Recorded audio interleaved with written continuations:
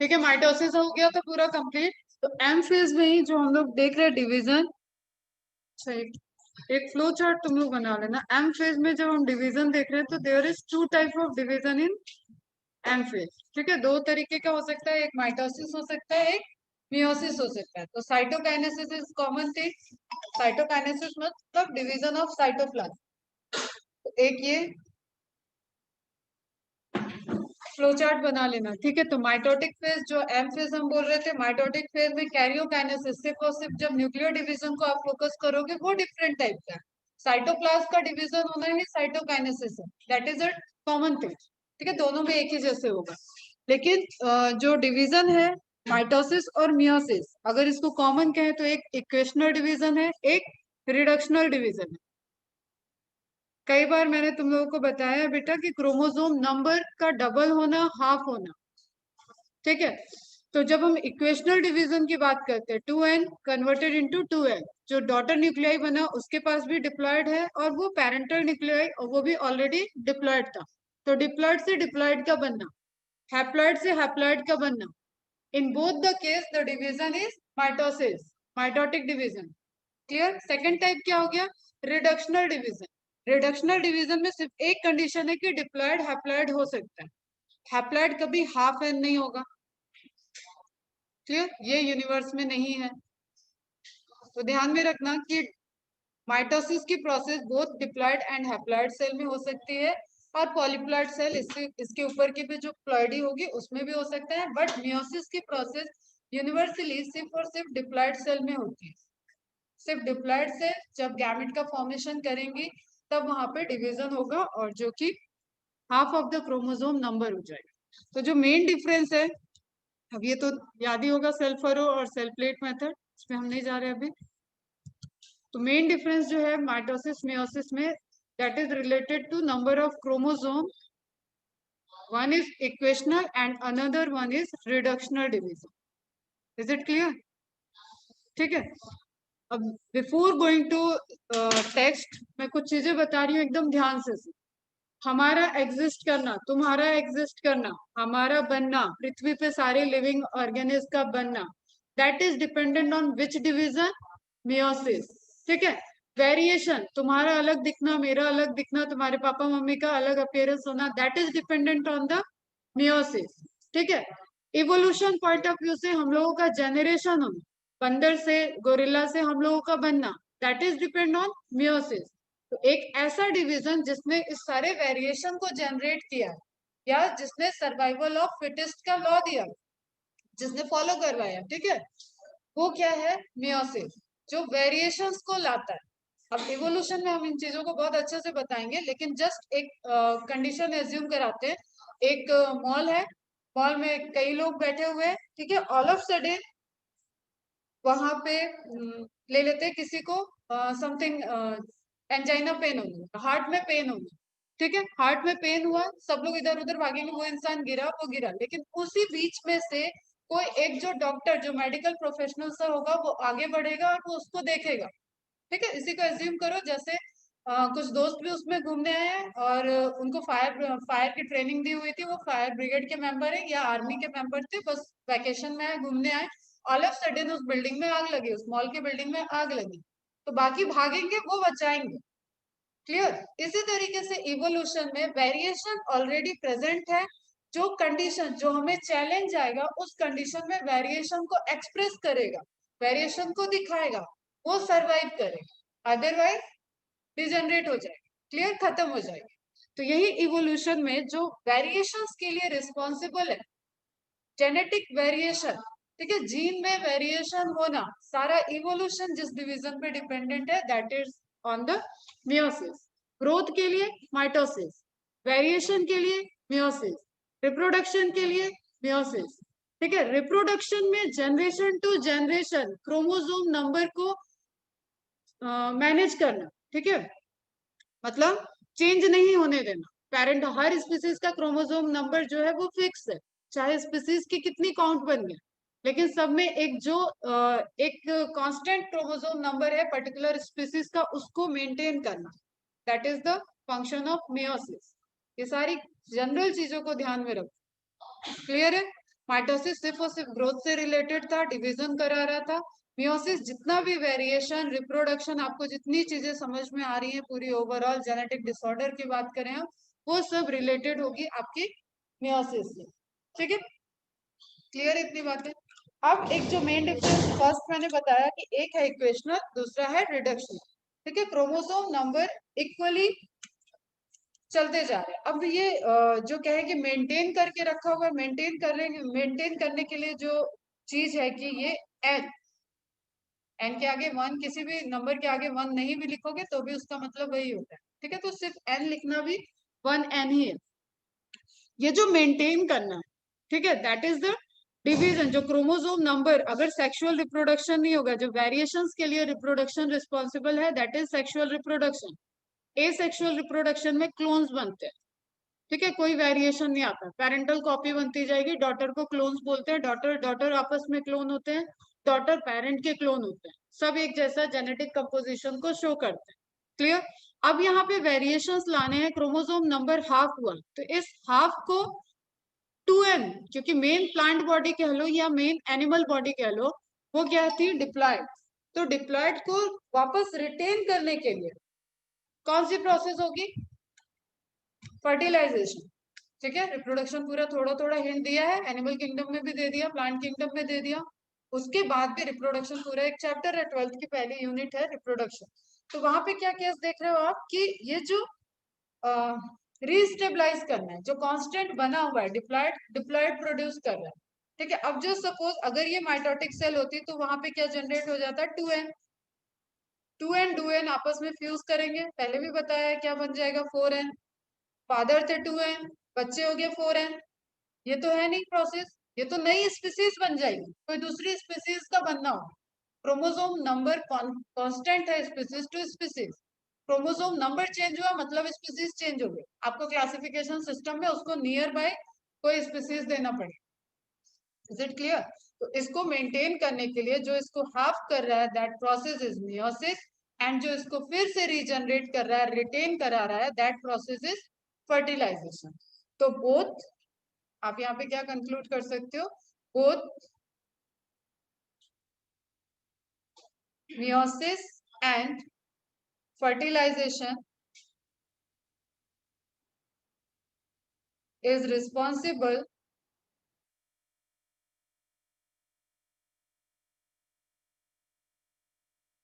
to make constant chromosome number generation after generation। ठीक है, एक जनरेशन से दूसरे जनरेशन में कांस्टेंट क्रोमोसोम नंबर चल रहा है with the help of sexual reproduction. A sexual है तो 2n से 2n ही बन जाएगा, कोई दिक्कत नहीं है वहां पे। ठीक है, बाइनरी फिजन की बात कर रहे हो, कोई दिक्कत नहीं है। ठीक है, वहां तक कोई दिक्कत नहीं है। जहां तक एसेक्सुअल रिप्रोडक्शन, लोअर प्लांट्स की बात करें, फंजाई की बात करें, और हम एल्गी की बात करें, बैक्टीरिया की बात करें, वहां कहीं पे कोई दिक्कत नहीं, क्योंकि कोई वेरिएशंस नहीं आ रहे। लेकिन यहाँ पे आपको क्रोमोसोम नंबर को कांस्टेंट मेंटेन करना है। तो the process which is responsible for the maintenance of chromosome number constant generation after generation is the meiosis and fertilisation. उस केस में सिर्फ और सिर्फ मियोसिस नहीं दोगे, ऑप्शन में आएगा मियोसिस। ठीक है, हाफ करा रहा है मियोसिस, दोबारा उसको रीयूनाइट करा के 2n में कन्वर्ट कर रहा है फर्टिलाइजेशन। तो relationship of meiosis and fertilisation, both are responsible for the maintenance of chromosome number। is it clear? इतनी बातें समझ में आ गई? अब प्रोसेस क्या है? इंटरफेस होगा ऑब्वियसली। अब जरा सोच के बताओ, अगर मियोसिस, चलो अभी मत सोचो, थोड़ा सा और सुन लो फिर सोचो, एनसीईआरटी पे बाद में आते हैं। Meiosis was first time demonstrated by von Baden, first time described by Winnie Water, and term meiosis given by Murray आ जाता है डायरेक्ट, फॉर्मर एंड मुरे, तीनों साइंटिस्ट इंपॉर्टेंट है। यहाँ से जितने भी आपको सेल डिवीजन में सेल साइकिल के साइंटिस्ट मिल रहे हैं सब इंपॉर्टेंट है। तो meiosis is a typical of division in which the chromosome duplicate once but the cell divides twice। अब इस सेंटेंस को पहले तुम लोग खुद बताओ मुझे ये क्या कह रहा है। पढ़े होगे 10th में मियोसिस पढ़े हो, ठीक है। तो इंटरफेज का वो कौन सा फेज सेकंड में नहीं होगा, और ये 2 बार डिवाइड क्यों कर रहा है, और कौन सी प्रोसेस सिर्फ एक बार हो?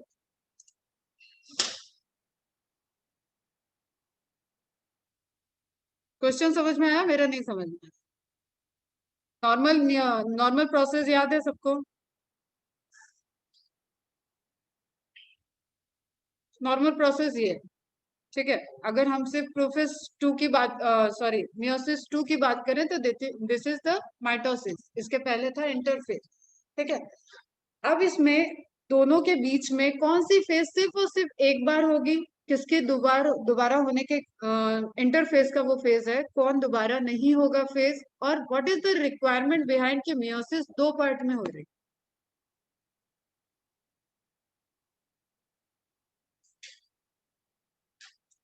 फंडामेंटल मैंने बताया, 2n से हाफ एन, 2n से n होना है, 1n होना है। फंडामेंटल क्या है, उसके पीछे क्या प्रोसेस चल रही है, सारी प्रोसेस तुम्हें पता है। अब यहाँ न्यूक्लियर मेम्ब्रेन के डिसअपियर होने से कुछ होगा नहीं रिलेशन, ठीक है। यहाँ सेंट्रियोल के डुप्लीकेशन से कोई रिलेशन दिख नहीं रहा है, ठीक है।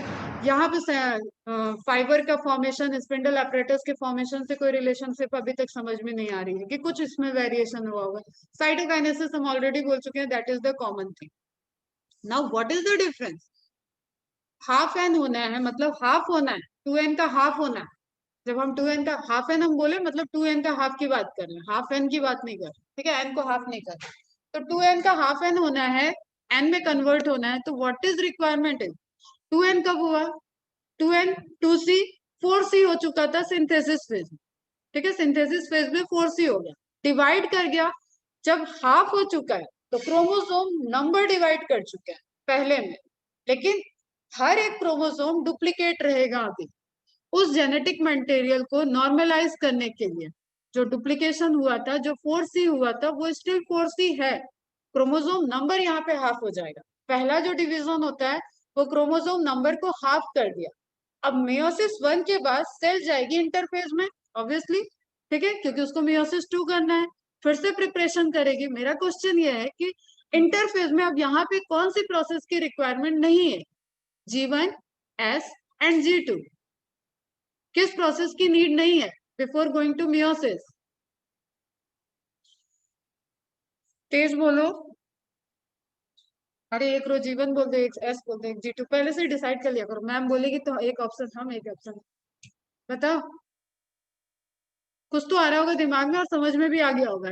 बताओ, तेज बताओ, सही बोल रहे हो। एस फेज, सिंथेसिस फेज की रिक्वायरमेंट नहीं है, क्योंकि क्रोमोसोम डिवाइड, क्रोमोसोम के नंबर हाफ ऑफ हो चुके हैं, लेकिन स्टिल वो क्रोमोसोम डुप्लीकेट है अभी।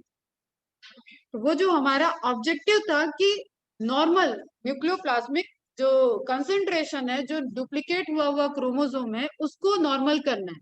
उसी प्रोसेस के लिए हम नॉर्मल माइटोसिस में सेल को दोबारा भेज देते हैं। तो इस ड्यूरेशन में जो बीच में मियोसिस 1 और मियोसिस 2 के बीच का गैप है, इंटरफेज होगा, उसमें एस फेज नहीं होगा।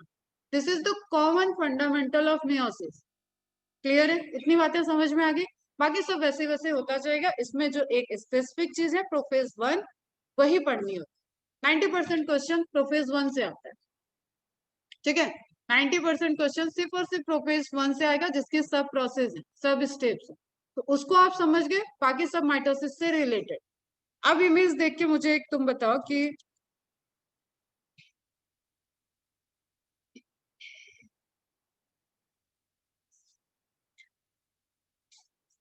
इमेज तो बहुत क्लियर दिख नहीं रहा है। चलो अच्छा, पढ़ाते हैं, बाद में बताते रहे। मेटाफेज में क्या डिफरेंस होगा फर्स्ट मियोसिस के और माइटोसिस के? मेटाफेज में क्या डिफरेंस होगा, उसको रिलेट कर पाओगे क्या?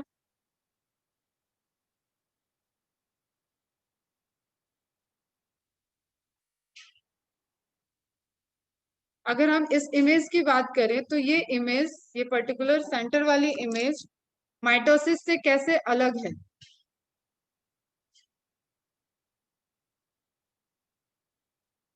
और यही मेन डिफरेंस में भी आ जाता है माइटोसिस और मियोसिस का।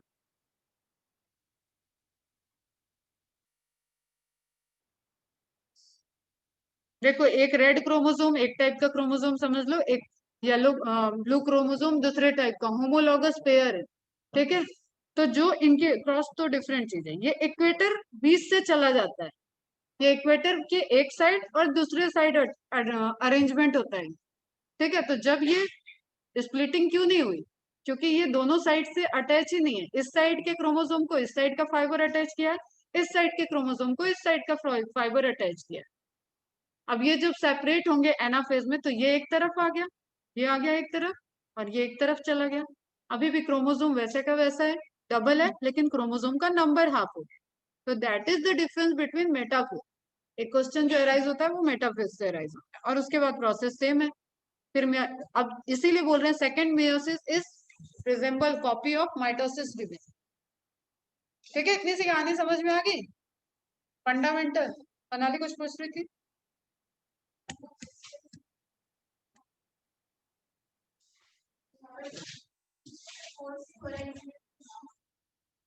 ऑलरेडी एस फेस की जरूरत नहीं है ना, क्योंकि फोर्सी है वहां पे, डुप्लीकेट है। अभी क्रोमोसोम नंबर हाफ हुआ है, कंटेंट आधा नहीं हुआ है। पहले देखो क्रोमोसोम नंबर कुछ नहीं हुआ था, लेकिन कंटेंट डायरेक्ट एनाफेज में स्प्लिटिंग हो गई, कंटेंट हाफ हो गया, आधा उधर गया आधा उधर गया। यहाँ आधा इधर आधा उधर क्या जा रहा है, क्रोमोसोम जा रहा है। तो क्रोमोसोम के नंबर हाफ हो और लास्ट में वो क्रोमेटिड तक कन्वर्ट हो। तो अब उस प्रोसेस को डिटेल में देखना है, अटेंटिव होके सुनोगे, जैसे लिंक छूटेगा बेटा वैसे ये प्रोसेस चली जाए। तो ध्यान में रखो, आज सिर्फ और सिर्फ प्रोफेस पढ़ेंगे, और प्रोफेस को एकदम अच्छे से समझना है एक एक step. Meiosis is a special type of division in which the chromosome duplicate once but the cell divides twice. Duplicate once मतलब S phase सिर्फ एक बार होगा, लेकिन सेल का डिवीजन दो बार होगा। Is it clear? So one parental cell produce 4 daughter cells. Her division का resultant मैंने बताया था, यूनिवर्सली डिवीजन एक ही जैसा होता है, अदरवाइज वो फ्रेगमेंटेशन कहलाएगा। एक सेल 2 सेल में डिवाइड होगी। तब मैंने ये नहीं बताया था कि वो मियोसिस हो रहा है या माइटोसिस हो रहा है। जब भी डिवीजन होगा एक सेल से 2 सेल बने, इसलिए इसको 2 बार साइकिल में जाना है, ताकि 2 सेल से फिर 2 सेल बने, दोनों सेल से एक एक सेल और बन जाए, तो टोटल 4 सेल। क्लियर? ये यूनिवर्सल लॉ है। एक सेल डिवाइड करेगी सेल डिवीजन से तो वो ऑलवेज 2 सेल में डिवाइड करेगी। ठीक है, अब इसको टोटल 4 बनाना है, तो एक बार और डिवाइड करा देंगे, 4 हो गया। ठीक है, क्लियर बच्चा? Now so one parental cell produces 4 daughter cells, and each having half the chromosome number and DNA amount than the normal parental cell. ये meiosis की definition होगी. That's why meiosis is also known as reductional division, because 2n generated n, converted into n. Meiosis is found in a special type of cells known as myocytes. Collectively जो सारी cell जो भी meiosis कर रही है उनको हम क्या बोलते हैं, meiocyte. Cyte mean cell, meiosis करने वाली सेल। क्लियर है? It is seen in special time period, it is reported in, कहाँ कहाँ होती है और टाइप्स क्या क्या होते हैं इसमें हम नहीं जाएंगे, क्योंकि ये हम आपको पढ़ा रखे हैं। डायरेक्ट हम मियोसिस पे आएंगे। Germ cell, spore mother cell and zygospore. And जब हम जाइगोटिक मियोसिस की बात करते हैं, जाइगोटिक मियोसिस याद है किस केस में होता है? एल्गी के केस में। लोअर प्लांट के केस में जाइगोटिक मियोसिस होता है। सिर्फ और सिर्फ जाइगोट एक ऐसा स्टेज है उसकी लाइफ स्पैन में जो कि डिप्लॉयड था, अदरवाइज पूरी प्लांट बॉडी से लेके बाकी सारा जर्मिनेशन फॉर्मेशन क्या था, हैप्लॉयड। हैप्लॉन्टिक लाइफ साइकिल को वो शो कर रहा था। क्लियर? तो जर्म सेल्स, जब आपके जर्म सेल्स की बात मतलब जो हम लोग हायर एनिमल्स है। अब देखो एक चीज रिलेट करो, जो भी lower asexual mode of reproduction को फेवर कर, ठीक है। Sexual mode of reproduction is unfavourable type of reproduction. इसमें एनर्जी ज्यादा है, इसमें सेल को मेहनत ज्यादा करनी है, तो this is a kind of unfavourable.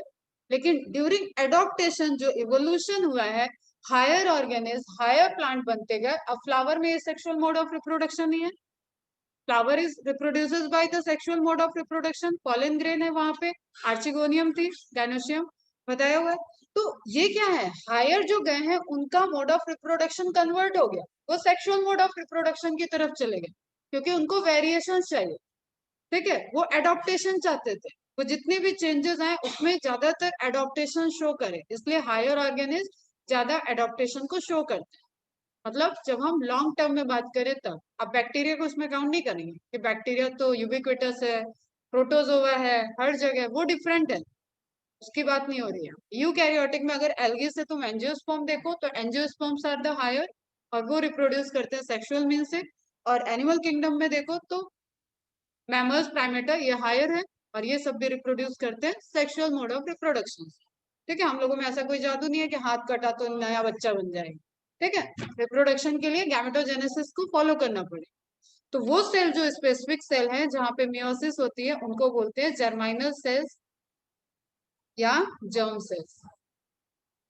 Clear. अब जब हम एनिमल्स की बात कर रहे हैं तो वो स्पर्म प्रोड्यूस करने वाली स्पर्मेटोसाइट, ओवम प्रोड्यूस करने वाली oocyte। स्पोर मदर सेल, फिर से प्लांट में चले जाओ। Spore mother cell, mega spore mother cell, micro spore mother cell, mega sporophyll, mega sporangia.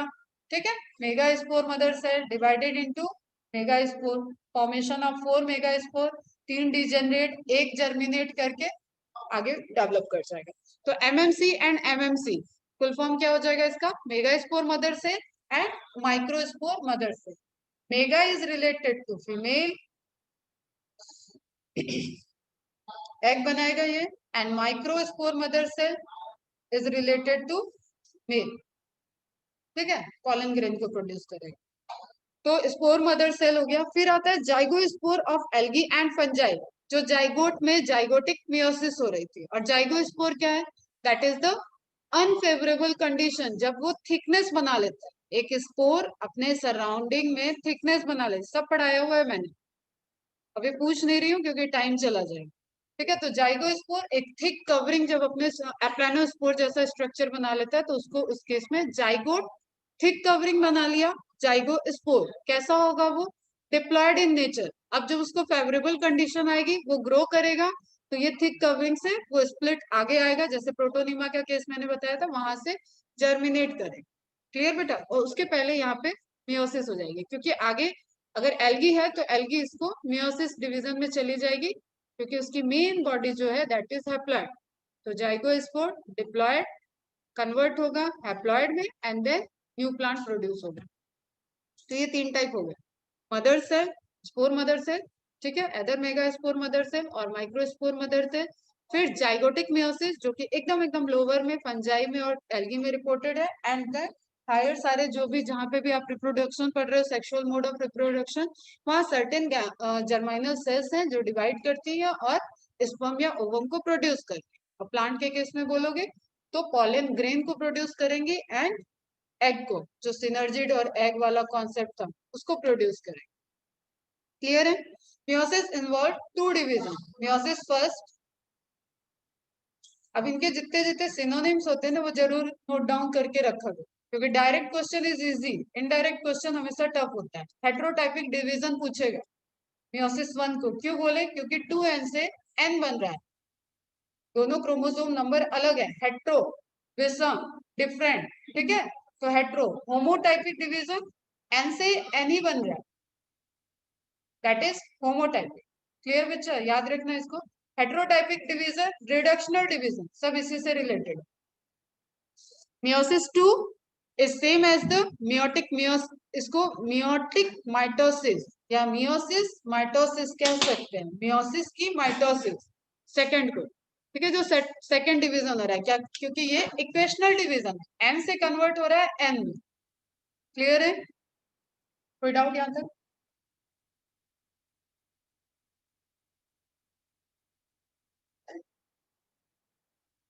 समझ में आ रहा है ना? समझ में आ रहा है बेटा? ये क्वेश्चन तो करके ही आने हैं कि यही ये वो क्वेश्चन है जो गलती करते हैं लोग। हमें गलती वाले तो बिल्कुल ही नहीं करने का, क्योंकि जनरल वाले तो करके हम जनरल लेवल पे ही रहेंगे। अगर हमें किसी से रैंक ऊपर लानी है तो हमें गलती वाले पोर्शन को सेलेक्ट करना है। It results in the formation of two daughter cells which have chromosome number half to those in the parental cells. So it is called reductional division or heterotypic division. अगर पूरा overall बात किया जाए meiosis क्या है, तो that is हेट्रोटाइपिक division. अगर सिर्फ मियोसिस 1 को बोलेगा तो भी हेट्रोटाइपिक, सिर्फ मियोसिस 2 पूछेगा देन होमोटाइपिक।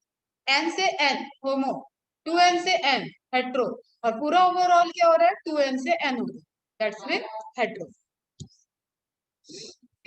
और रिड्यूस हो रहा है, नंबर कम हो रहा है, तो दैट इज रिडक्शन।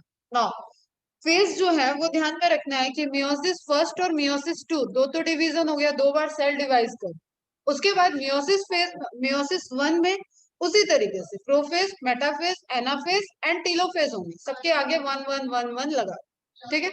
इसी तरीके से मियोसिस टू में क्या होगा, prophase two, metaphase two, anaphase two, telophase two.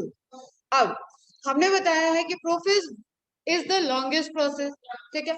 अब क्वेश्चन अगर आया है माइटोसिस मियोसिस दोनों में से कौन सा लॉन्गेस्ट हो, तो प्रोफेज वन मियोसिस का लॉन्गेस्ट है, ठीक है। जैसे एक एग्जांपल हम तुम्हें देते हैं कि जो भी गर्ल्स होती हैं इनको बाय बर्थ ओवम के नंबर कितने प्रोड्यूस करने हैं उसके लिए जो सेल है, फॉलिकल्स जो बनते हैं, ठीक है, वो सेट होते हैं, सबको मिल जाते हैं, बाय बर्थ मिलता है, लेकिन वो डिवीजन कंप्लीट नहीं होता है। तो फर्स्ट मियोसिस में during the foetus development mother के वॉर्म में या यूट्रस में वो अरेस्ट हो जाती है, मियोसिस की प्रोसेस कंप्लीट नहीं होती है। और उसको कंप्लीट होने में कितना टाइम लग गया, जब उसको फर्स्ट मेंस्ट्रुअल साइकिल आया, ठीक है। जब उसको फर्स्ट मेंस्ट्रुअल साइकिल आएगा तो वो अरेस्ट जो दिया किया था वो डिवीजन आगे बढ़ गया और फर्स्ट मियोसिस कंप्लीट होती है।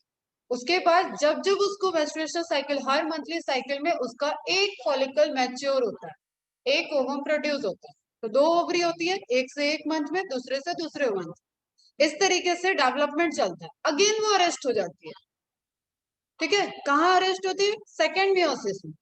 अब कब कंप्लीट होता है, जब during the fertilisation sperm entry करता है। अब उस साइड के पास सेंट्रियोल नहीं होता है, सेंट्रियोल चाहिए हमें एनिमल सेल में डिवीजन के लिए, विदाउट सेंट्रियोल स्पिंडल apparatus नहीं बनेगा, तो स्पर्म डोनेट करता है सेंट्रियोल एंड देन कंप्लीट होता है। तो एक फीमेल का एक ओवम बनने में कितना टाइम लग गया, फ्रॉम बर्थ, मतलब गेस्टेशन पीरियड में, एम्ब्रियोनिक डेवलपमेंट में उसको मिला था, और वो डेवलप कब हुआ, जब वो फर्टिलाइज होगा, क्लियर। इस बीच में उसकी मियोसिस ही चल रही, तो इससे तुम एक जनरल आइडिया ले सकते हो कि ये कितना लॉन्गर हो सकता है। ये एक एग्जांपल दिया, ऐसे एनिमल टू एनिमल वेरी कर। तो गैमेटिक सेल का डिवीजन, और उसमें भी सबसे लॉन्गेस्ट क्या होता है, प्रोफेज वन, क्लियर। जैसे प्रोफेज वन में कौन सा लॉन्गेस्ट है, तो डिप्लोटिक, जो बाय बर्थ और प्यूबर्टी तक अरेस्ट है, that is the longest one. Puberty तक जो अरेस्ट हो गया आपका 12 साल 13 साल वैरी करता है, तो वो क्या हो गया आपका लॉन्गेस्ट, उसको बोलते हैं डिक्टियोटिन। ऐसे डिप्लोटिन को डिक्टियोटिन आता जाएगा, तब देखेंगे ये सब। अभी जनरल एक ये चीज ध्यान में रखो कि दोनों में से अगर पूछे कि कौन सी लॉन्गेस्ट है, माइटोटिक की प्रोफेज या मियोसिस की प्रोफेज, माइटोटिक को 24 घंटे लग रहा है, यहाँ हमने सालों की बात कर दी, तो ऑब्वियसली क्या है, ये longer. Is it clear? Then followed by the metaphase, anaphase, telophase.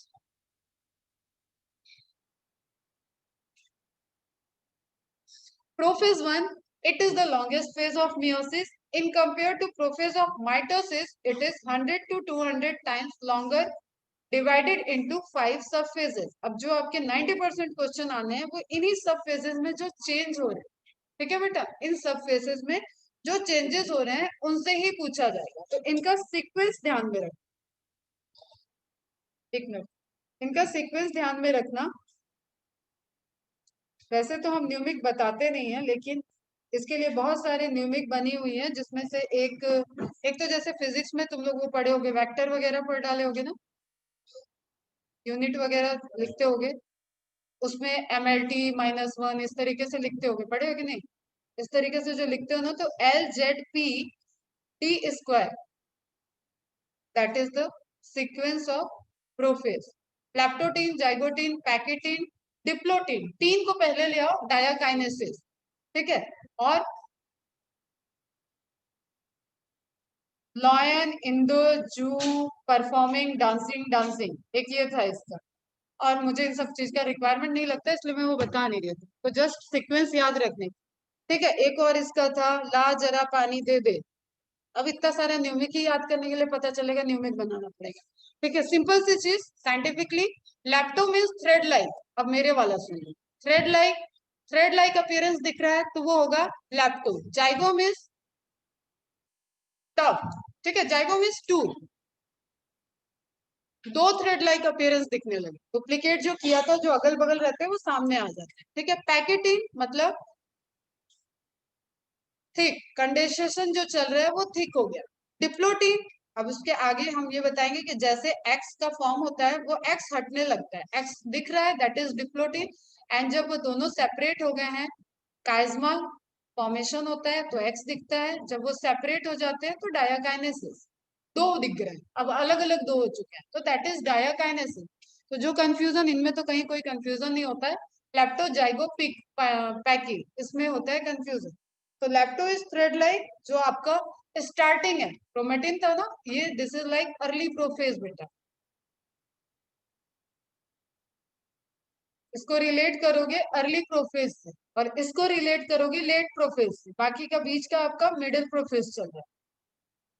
लेकिन यहाँ पे क्योंकि इवेंट होते हैं, अलग अलग इवेंट हो रहे हैं, होमोलोगस पेयर आएंगे, क्वाइलिंग हो रही है, क्वाइलिंग के टाइम में दोनों का इंटरचेंज हो जाएगा, क्रॉसिंग ओवर होगा, फिर वो सेपरेट होंगे, तो ये सारी चीजें यहाँ पे क्योंकि अलग अलग स्टेप में हो रही है इसलिए हमें प्रोफेज को इंटरनल स्टेप्स पढ़ने पड़े। Is it clear? तो leptotene, zygotene, pachytene, diplotene and diakinesis, sequence ध्यान में रखना। नाउ फर्स्ट वन देखते हैं, leptotene also called thin thread stage. जो लैप्टा का मीनिंग है साइंटिफिकली जो वर्ड है that is thin thread. Thin thread कहाँ होंगी? क्रोमेटिन के फॉर्मेशन, क्रोमेटिन तक जब है तो कंडेंसेशन स्टार्ट होगा, फिर कंडेंसेशन कंप्लीट होगा मेटाफेज में। तो यू कैन रिलेट कि जो अरेस्ट थी मियोसिस प्रोफेज में अरेस्ट हो गई और उसको 12 साल बाद वो आगे बढ़ रही है तो कंडेंसेशन स्टिल हो रहा था, और इतना लंबा डीएनए होता है उसको कंडेंस होने में टाइम लगता है, तो मेटाफेज तक कंडेंसेशन यहाँ पे भी जाएगा। Is it clear? ठीक है। तो also called thin thread stage, in leptotene the chromosome appears like thin strands, in each strand several chromomeres. Chromomeres क्या हो गया अब ध्यान में रखो, सेंट्रोमियर वो एकदम थिक, ठीक है एकदम थिक जहां पे क्रोमोसोम अटैच्ड है, क्रोमोसोम में एकदम थिक अटैच नहीं है, थिक दिख रहा है, ये भी डीएनए है ये भी डीएनए। क्लियर? इस फॉर्मेशन में अब जैसे हम जब इसको बोले कि एक एजम्पशन है कि एक लेयर, एक यहाँ पे मेम्ब्रेन होती है उसके अंदर कंडेंसेशन चलता है, लेकिन अभी इसके प्रूफ नहीं है तो जस्ट वो एजम्पशन। तो अगर इसके अंदर चल रहा है तो कहीं कहीं पे ये क्या होगी आपकी थिक, उलझ गए धागे उलझ गए, वही क्या होता है क्रोमोमियर। तो chromomere is not the centromere, centromere से छोटा छोटा बिट्स, छोटी छोटी जगह उलझी हुई धागे हैं जिनको हम क्या बोल रहे हैं क्रोमोमियर। क्रोमा मीन्स कलर, इनको स्टेनिंग करी जा सकती है, स्टेनिंग से ये दिखेंगे, तो these are the heterochromatin type, एक आपको स्ट्रक्चर दिखेगा जो कलर दिखेगा। अभी बस इतना याद रखो कि सेंट्रोमियर के अलावा कुछ बीट्स दिख रहे हैं जिनको क्रोमोमियर कह रहे हैं, क्रोमोसोम में बनने वाले बीट्स, गठान, ठीक है, known as chromomere. Is it clear? Dots reported in chromosome during the condensation is known as chromomere. Constriction ही है लेकिन प्राइमरी कॉन्स्ट्रिक्शन जैसा थिक कॉन्स्ट्रिक्शन नहीं है, थिक वाला centromere. In each chromosome, several chromomeres are observed, which gives the chromosomes a beaded appearance. अब just देखो, मैं तुम्हें बोलूं बहुत बोलते हो मैम बहुत मोतियों की माला बनवाती है, ठीक है, ये पूरी मोतियों की माला बना, यहाँ पे मोती है यहाँ पे मोती है यहाँ पे मोती है, इधर है इधर है इधर है, बीच में हमने एक बड़ी मोती डाल, तो बेटा ये सब क्या हो गया क्रोमोमियर, ठीक, ये क्या हो गया सेंट्रोमियर। अब इस तरीके की इमेज तुम लोग भी ड्रॉ कर लोगे ना तो कॉन्सेप्ट हमेशा क्लियर है। बायो मतलब इमेज, जितना आप विजुअलाइजेशन करोगे, देखो कोई चीज साइंस में रटनी नहीं है क्योंकि वो सच है, साइंस इज द ट्रूथ। आप फिक्शन मूवीज में देख सकते हो कि फिक्शन है वो, but science is actually the truth. तो ट्रूथ को जानना है ना कि क्यों हो रहा है ये, वहां तो कुछ एज्यूम करना नहीं है, तो जितना आप बायो को विजुअलाइज करो, जितना आप फिजिक्स को अपने सराउंडिंग में फील करो, उतनी इजी होती जाती है। क्लियर? तो यहाँ पे आप विजुअलाइज करो कि एक थ्रेड है, वो थ्रेड कॉइल कर रहा था, कंडेंस कर रहा है, जगह जगह वो उलझता जा रहा है, छोटे छोटे उलझे हुए स्ट्रक्चर है उनको बोल दिए क्रोमोमियर। एक माला है, उसमें अलग अलग साइज की मोतियों के यूज किया गया, जो छोटे छोटे साइज की मोती है वो हो गई क्रोमोमियर, जो बड़ी साइज की मोती थी वो हो गई centromere. Clear? Are observe which gives the chromosome a beaded appearance, मोती बीडेड अपीयरेंस दिखेगा। अब सेंट्रोमियर, एक सेंट्रोमियर, सेंट्रोमियर का नंबर डिफाइन करता है कि क्रोमोसोम कितना है, एक सेंट्रोमियर एक क्रोमोसोम, नंबर ऑफ क्रोमोमियर कभी डिफाइन नहीं करेंगे। तो ये सब कुछ रिलेटेड क्वेश्चन ऐसे जनरल है जो कॉन्सेप्ट बेस्ड पे। क्रोमोमियर काउंट डिसाइड नहीं करेगा कि कितने क्रोमोसोम प्रेजेंट है, वो रैंडम एक ऐसा कंडेंसेशन में उलझा हुआ धागा है। क्लियर? लेकिन ये अपीयरेंस आपको दिखेगा, इसको बोलते हैं बीडेड अपीयरेंस, और ये अर्ली प्रोफेज का स्ट्रक्चर है।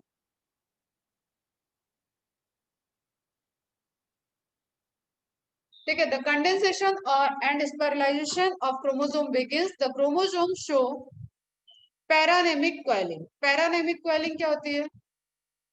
प्लेक्टोनोमिक में क्या था, दोनों उलझ गए बहुत। अब वो बहुत इजी वे में, आप वो तो सिस्टम है, वहां पे एंजाइम्स प्रेजेंट है, वो अपना उसको सेपरेट कर ले रहे हैं। लेकिन जब उलझी हुई चीजें इजीली निकले, मतलब अगल बगल बस इस तरीके से हो, ऐसी क्वेलिंग, एक दूसरे के अंदर तक क्वेलिंग नहीं की है, मतलब इस तरीके से वो क्वेलिंग नहीं हुई है, तो ये हो गई पैरानेमिक, ये हो गई प्लेक्टोनेमिक।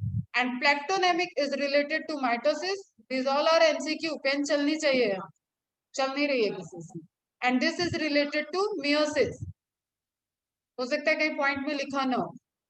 ठीक है, तो प्लेक्टोनेमिक क्वेलिंग is the characteristic of mitosis. ये टफ होती है, not easily separable, not easily separable, and पैरानेमिक easily separable. अभी इतना ही याद रखो, और पैरामीटर होते हैं इसमें, बट अपने को उतना नहीं डिस्कस कर। Easily separable, is it clear? तो क्वाइलिंग कैसी हुई, आसपास आ गए, जो डुप्लीकेट हुए थे वो आसपास हैं, but they can easily separate, तभी वो एक दूसरे से इंटरचेंज करेंगे, क्योंकि यहाँ पे जो इंटरचेंज होना है वो नॉन सिस्टर क्रोमेटिड के बीच में जाएगा। ठीक है, एक क्रोमोसोम के दो सिस्टर क्रोमेटिड और दूसरे क्रोमोसोम के दो सिस्टर क्रोमेटिड, तो दोनों के नॉन सिस्टर के बीच में होगा। The chromosomes show paranemic coiling during specialization. The longitudinal splitting of chromosome takes place except centromere. कोई सेंट्रोमियर, वो तो स्प्लिटिंग होगा तुम्हारा एनाफेज 2 में जाके, तो मियोसिस 1 में कहीं कोई स्प्लिटिंग नहीं है, ध्यान में रखो। But it is not visible under normal microscope. उसका रीजन क्या है? जो आपकी विस्कोसिटी वगैरह चेंज हुई है, जो स्ट्रक्चर थे वही यहाँ पे। The telomere of chromosome, telomere क्या होता है? एक क्रोमोसोम का terminal and, this is telomere. ठीक है, this is centromere, this is telomere. एक क्रोमोसोम में कितने टीलोमियर हुए? दो। क्लियर? एक क्रोमोसोम में कितने सेंट्रोमियर होते हैं? One. Chromomere multiple. The longitudinal splitting of chromosome takes place except centromere, but it is not visible under normal microscope. The telomere of chromosome are attached to the nuclear envelope, which gives it like a bouquet arrangement. Bouquet arrangement क्या हो गया? जो आप फूलों का गुलदस्ता ले जाते हो, उसी तरीके के। अब आप इतनी बढ़िया बढ़िया मोतियों की माला बन रही है, और वो मेम्ब्रेन से मेम्ब्रेन अटैच्ड। जस्ट इसको इमेजिन करने की कोशिश करो, इस तरीके से। अब अंदर बहुत सारे क्रोमोसोम है भैया, अलग अलग स्पीसीज के। हम इसको चारों तरफ से ऐसे बना दें, तो ये ऊपर से दिखने में कैसा दिखेगा? एक बुके अरेंजमेंट दिखेगा, जगह जगह उसमें फूल हैं। ठीक है, इस तरीके के अरेंजमेंट को बोलते हैं bouquet arrangement. And this is the question कि बुके अरेंजमेंट कहाँ रिपोर्टेड है? Answer is leptotene of prophase 1। अब ऑप्शन में प्रोफेज 1 दिया है तो करेक्ट, ऑप्शन में लैक्टोटीन और प्रोफेज 1 दोनों आ गया तो लैक्टोटीन इज करेक्ट। समझ में आई बात? बुके अरेंजमेंट किस वजह से है? जो क्रोमोमियर बने थे, और ये जो टीलोमियर एंड है, this is the telomere and. और क्या लिखा था? टीलोमियर एंड जो है वो न्यूक्लियर एनवलप से अटैच्ड है। क्लियर? मतलब ये धागा जो ऐसे बिखरा हुआ था, इसको बोला गया अब तुम क्वाइलिंग करो। इसने क्वाइलिंग करनी तो स्टार्ट कर दी, लेकिन इसने बाउंड्री पकड़ ली। इस बाउंड्री से इस बाउंड्री तक ये है, और बीच में अब ये जितना भी ऐसे ऐसे फैला था वो उसको कंडेंस कर रहा है। Is it clear? तो बाउंड्री से बाउंड्री पे है, तो ये एक स्ट्रक्चर, ऐसा माइटोसिस में कुछ नहीं हो रहा है। क्लियर? ये स्ट्रक्चर जो है that is the bouquet arrangement. किसको नहीं समझ में आ रहा?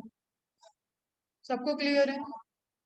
बुके कुछ नहीं है, उसको फ्लावर समझ लो, इसको गेंदे का फूल समझ लो, सेंटर वाले को इसको गुलाब का फूल समझ लो, इसको ब्लैक रोज समझ लो। आपको पूरा इसमें फैला हुआ दिख रहा है। और क्यों? क्योंकि वो जो आपने बुके आप लोग बनवाते होगे तो उसमें देखते होगे पॉलीथीन का एनवेलप लगा दो, ठीक है, और ऊपर से वो ओपन रहता है, तो एनवेलप लगा हुआ है और हमें वो दिख रहा है कि उसमें अरेंजमेंट इस तरीके से डिफरेंट डिफरेंट फ्लावर दिख रहे हैं फैले हुए, तो वो क्या हो गया, बुके। बात नहीं करो नाउ, इसको ये छोटा सा इमेज एक बनाते चलोगे तो कॉन्सेप्ट क्लियर रहेगा। Centromere, chromomere and telomere, is it correct, is it clear?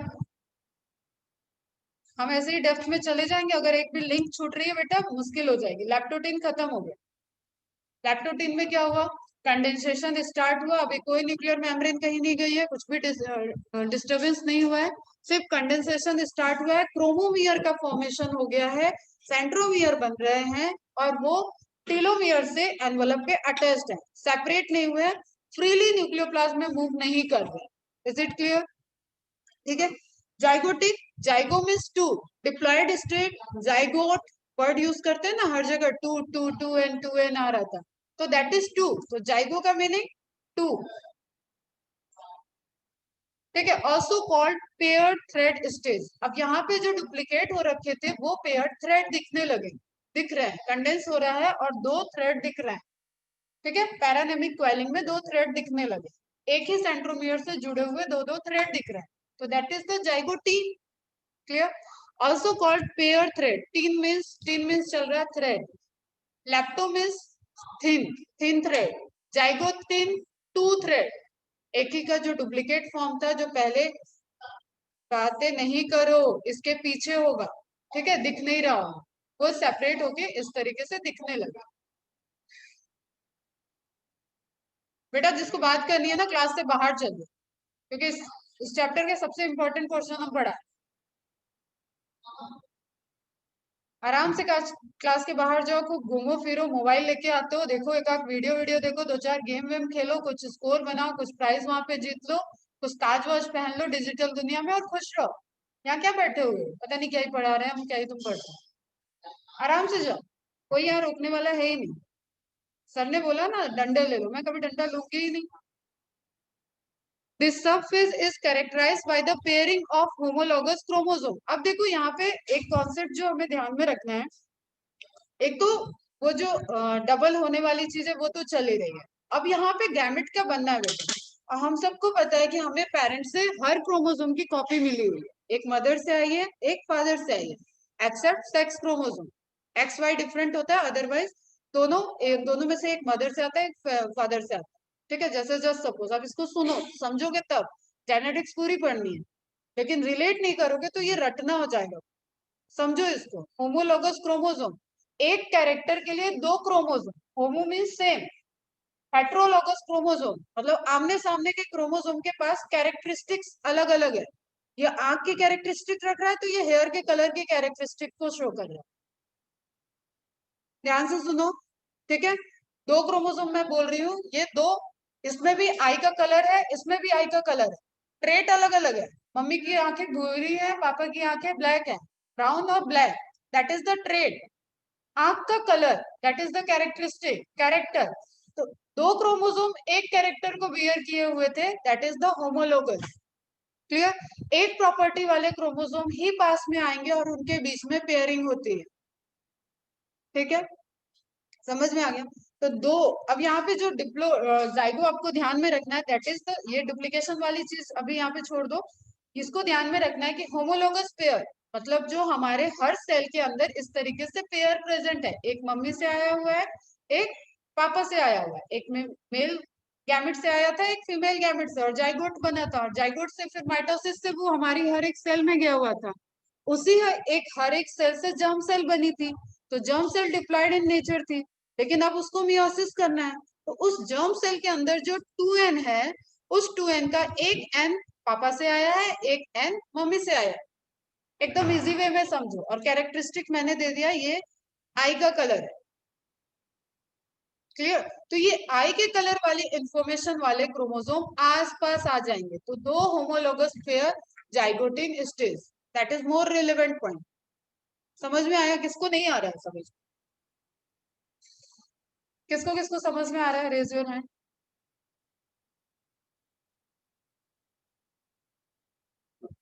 रख दो, सो नीचे कर लो, सुनो। This phase is characterized by the pairing of homologous chromosome. क्या होगा ये? मम्मी पापा का सेम कैरेक्टरिस्टिक वाला जो हमारे अंदर आया है, सेम फीचर, सेम प्रॉपर्टी, कुछ भी लिख लो, एक टर्म जरूर लिख लो जिससे ध्यान रहे, और एग्जाम्पल लिख लोगे तो ज्यादा अच्छा है। आई, हेयर, कुछ भी लिख लो, ठीक है। This subphase is characterized by the pairing of homologous chromosome, which is known as synapses. अब जब ये homologous क्रोमोसोम आपस में बाइंड कर रहे हैं, इसको बोलते हैं सिनेप्सिस फॉर्मेशन, ठीक है, जिसको एक दूसरा वर्ड भी दिया जाता है syndesis. Synapsis and syndesis are the synonym. SYN मतलब साइनोनिम, ठीक है, वहां से आप रिलेट कर लो, तो सिनेप्सिस दो का मिलना, जुड़ना, that is synapses. Same chromosome, same characteristic के क्रोमोसोम जुड़ नहीं रहे, पास आ रहे, क्लियर, पास आ गए। तो हाफ एन एन जो डिस्ट्रीब्यूट था मदर और फादर का, और सेम कैरेक्टरिस्टिक के लिए था, ठीक है, वो सब आमने सामने आ रहे हैं, यही अरेंजमेंट होगा मेटाफेज तक, क्लियर।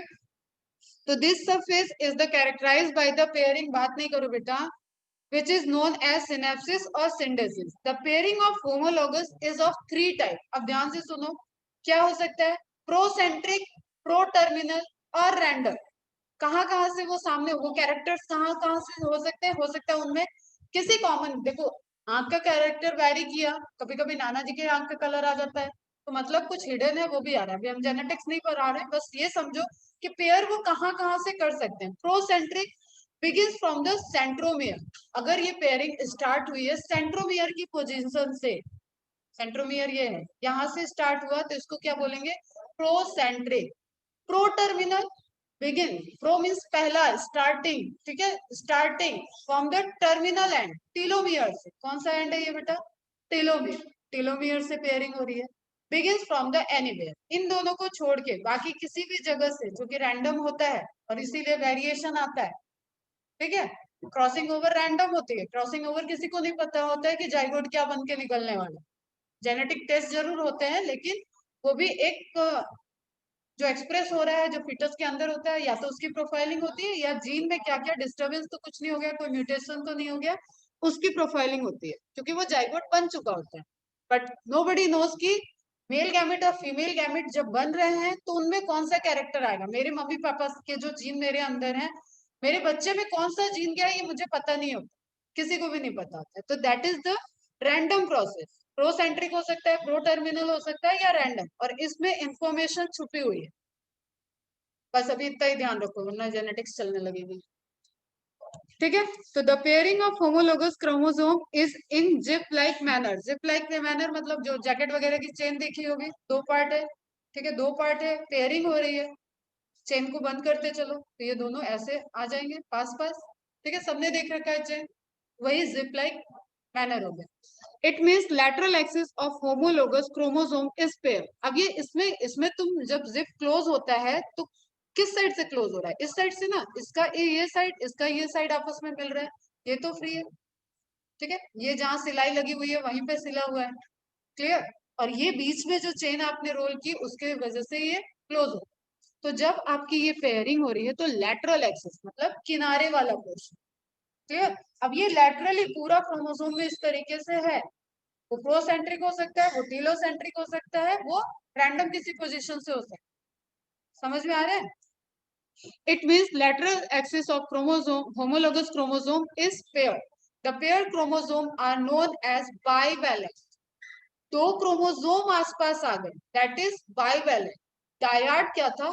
एक क्रोमोसोम की sister chromatid, that is dyad. अब ध्यान से समझो, ये है डायड, दो क्रोमोसोम आ गए,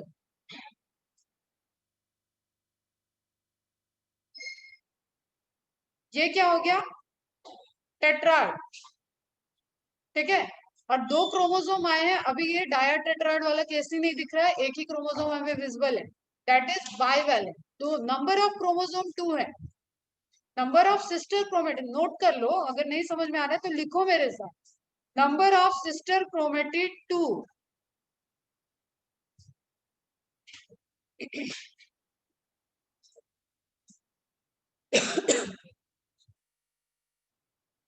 number of sister chromatids is equal to 2, that is dyad. ठीक है, number of chromosome 2, number of chromosome 2 खत्म तो होने से रहा है, चलो बेसिक समझ लो वही का। Number of chromosome is equal to 2, that is bivalent. समझ में आ रहा है दोनों में डिफरेंस? ठीक है, अब ये दोनों बाइवैलेंट अगर डायड कंडीशन में आ गए तो दैट इज बाइवैलेंट टेट्राड। दो क्रोमोसोम, दो चार सिस्टर क्रोमेटिड दिख रहे हैं, तो वो हो जाएगा सिचुएशन आपका बाइवैलेंट टेट्राड। क्या बताया मैंने? क्रोमोसोम नंबर 2 बाइवैलेंट है, क्रोमेटिड का नंबर 4 कर लो। क्रोमेटिड्स, अब इसमें दो आपस में नॉन सिस्टर होंगे, दो आपस में सिस्टर होंगे। क्लियर? क्रोमेटिड का number, total chromatid number is equal to 4, that is tetrad condition and bivalent. Chromosome तो दो ही है ना बेटा, क्रोमेटिड दिखने लगे दोनों के दो दो, तो टेट्राड कंडीशन एंड बाइवैलेंट, ये ध्यान में रखना। तो क्रोमेटिड 4 इसको कंप्लीट कर लो, that is tetrad bivalent. Tetrad bivalent, is it clear? किसी को कोई डाउट? एक क्रोमोसोम है, उसके पास डुप्लीकेटेड डीएनए, दूसरा क्रोमोसोम है, उसके पास डुप्लीकेटेड डीएनए, दो होमोलोगस क्रोमोसोम एक दूसरे के पास आ गए। अब ये पास आने में देखो इसने मेम्ब्रेन को छोड़ दिया है, आवाज नहीं करो, न्यूक्लियर मेम्ब्रेन को इसने छोड़ दिया, जो वो beaded appearance bucket like bouquet arrangement था वो छूट चुका है यहाँ। अब ये सेंटर में आ रहे हैं, उसको पकड़े रहेंगे तो न्यूक्लियर मेम्ब्रेन कैसे जाएगी? ठीक है, वो सेंटर में आ रहे हैं, कंडेंसेशन चल रहा है, दैट इज बाइवैलेंट स्ट्रक्चर। एक क्रोमोसोम के पास जो डबल मटेरियल है दोनों दिखने लगा, दैट इज डायड। दो क्रोमोसोम के दोनों दिखने लगे, दैट इज टेट्रा। दो क्रोमोसोम एक दूसरे के पास है, दैट इज बाइवैलेंट। मोनोवैलेंट क्या हुआ? एक क्रोमोसोम डायड, मोनोवैलेंट भी लिख लो। मोनोवैलेंट मतलब number of chromosome 1, mono means one, तो वन क्रोमोसोम। क्या बेटा? डायड कंडीशन में एक क्रोमोसोम शो कर सकता है तुम्हारा डायड कंडीशन। इस स्ट्रक्चर में ये होमोलोगस पेयर है, ये रेड वाले को हम इंडिकेट कर देते हैं कि ये फादर से आया हुआ है, ये वाला मदर से आया हुआ है, तो that is bivalent. Two chromosome is bivalent. Mono को ले लो, नंबर ऑफ क्रोमोसोम, मोनोवैलेंट एक क्रोमोसोम, बाइवैलेंट टू क्रोमोसोम। ठीक है, dyad two chromatid in one chromosome, tetrad two two chromatid, total 4 chromatid in two chromosome. ठीक है ना, two two करा रहे। Is it clear? समझ में आ गया? तो चारों चीज को एक लाइन बाय लाइन लिख लेना, ताकि आगे जब भी आए तो हमें एक्सप्लेन ना करना। It means lateral axis of homologous chromosome is paired. The paired chromosomes are known as bivalent. ये स्ट्रक्चर दिख रहा है आपको? ये होमोलोगस पेयर है, एक क्रोमोसोम को लेके चल रहे हैं, होमोलोगस पेयर एक दूसरे के पास आए हैं, और ये जो थ्रेड लाइक निकली हुई चीजें दिख रही है ये अभी नॉन रेप्लिकेटेड डीएनए। ये ऐसा डीएनए 0.3% मैंने बताया था, 0.3% डीएनए जो अभी रेप्लिकेट नहीं हुआ है, और ये मियोसिस के केस में होता है। माइटोसिस के केस में 100% रेप्लिकेट करके आए। यहाँ पे वेरिएशन लाना है, इसलिए कुछ डीएनए की जीनोमिक एक्टिविटी चलती रहे, इसलिए बाहर उसको छोड़ा गया है इंटेंशनली, ताकि इवोल्यूशन हो पाए। वेरिएशन कंटिन्यू प्रोसेस है, इवोल्यूशन एक कंटिन्यू प्रोसेस है, वो चलता रहे। When the entire lateral axis of homologous chromosome is paired, अब स्टार्ट हुआ कहाँ से? या तो सेंटर से, या तो टेलोमेरिक एंड से, या तो कहीं से, लेकिन हो कहाँ पे जाएगा? पूरी जिप आप बंद कर दिए।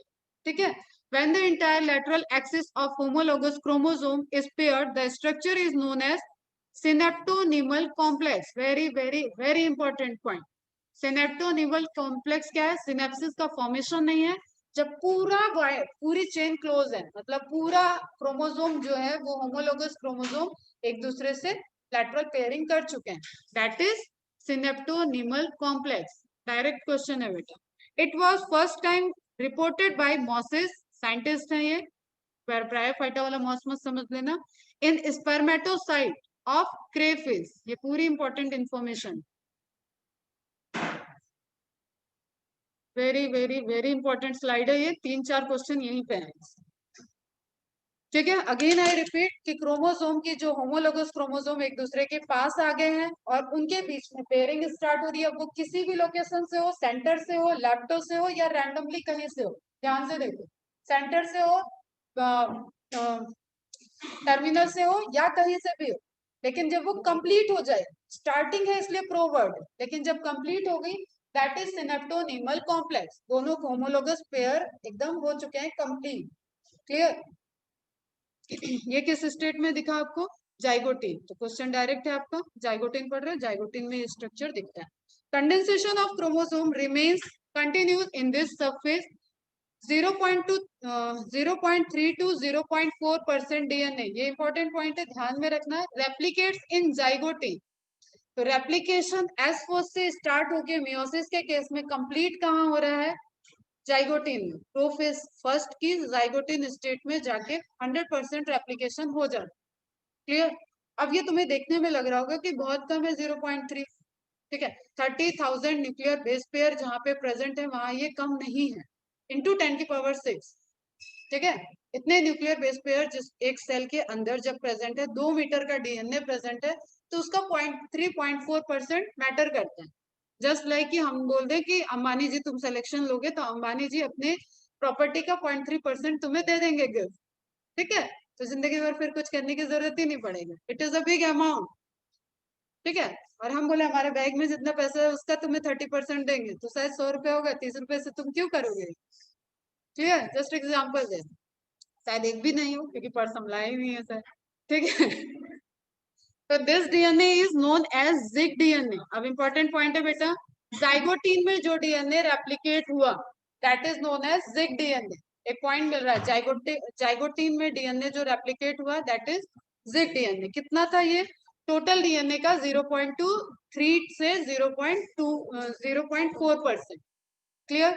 इसका मतलब कितना उधर हो चुका है? 0.97 99.7 या 99.6% ऑलरेडी रेप्लिकेट हो रखा है।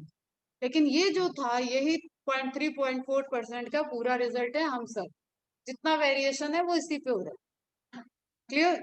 इसमें भी नहीं हो रहा है, इसका भी 0.1% जाएगा जो रह जाएगा, अदरवाइज ये सब वापस आ जाएंगे जैसे जुड़ा। ठीक है, अब हम बोले कि बहुत हो गया जुड़ने का टाइम, तुम दोनों का खेलने का टाइम खत्म हो गया, चलो दोनों बच्चे अलग हो जाओ। दो बच्चे सपोज खेल रहे थे, ठीक है, वो जुड़े, वो खेल रहे हैं, अपने टॉयज एक्सचेंज किए। अब घर जाने के टाइम किसी का एक पे मन ज्यादा लगा हुआ है, तो वो कहेगा यार तुम्हारी मम्मी बुला रही है, मुझे आज के लिए खिलौना दे दो। ठीक है, अलग हुए, अपने सारे सामान लेके गए, लेकिन एक एक्सचेंज कर लिया, दैट इज द वेरिएशन। वही था जो वेरिएशन ला रहा। तो ये रिप्रोडक्शन में जो प्रोसेस हो रहा है गैमेट के बनने में, जो पहले हुआ गैमेट का formation, gametogenesis is actually a step of reproduction, pre fertilization stage. तो ये मत सोचना कि हम रिप्रोडक्शन बोलेंगे तो सिर्फ और सिर्फ वहां फर्टिलाइजेशन की बात होगी।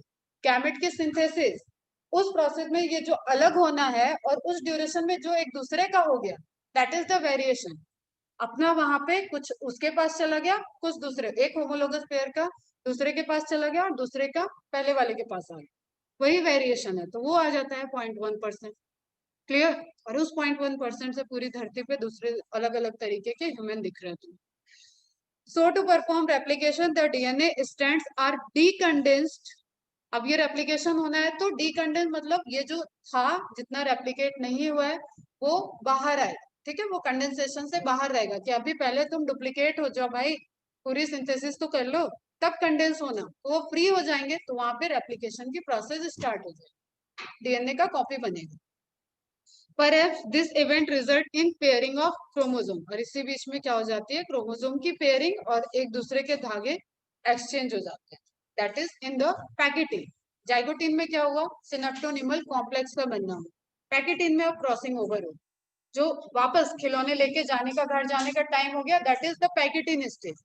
तो बच्चे खेल रहे थे, एक साथ खेलने लगे, कुछ खिलौने वो लाया, कुछ खिलौने वो लाया, दोनों शेयर करके बढ़िया से खेल रहे हैं। वापस बुलाया जा रहा है, तो दोनों अपने अपने खिलौने के साथ एक दूसरे का कोई एक खिलौना एक्सचेंज करके ले गए कि मुझे आज इससे खेलने का मन है। क्लियर? तो pachytene is thick thread stage, मतलब कंडेंसेशन यहाँ पे हाई है। The chromosome shows further condensation.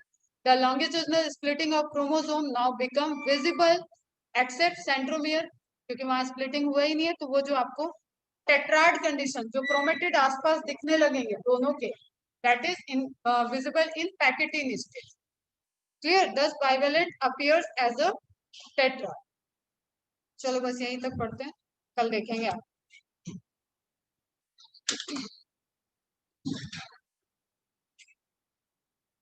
यहाँ तक की चीजें अच्छे से रिवाइज करके आओ, ठीक है? और प्लांट वाला खास करके, क्योंकि एनिमल में यही कॉमन चल रहा है, लेकिन प्लांट में तुम्हें वो स्पोरिक मियोसिस, जाइगोटिक मियोसिस, वो सब ध्यान में रखना।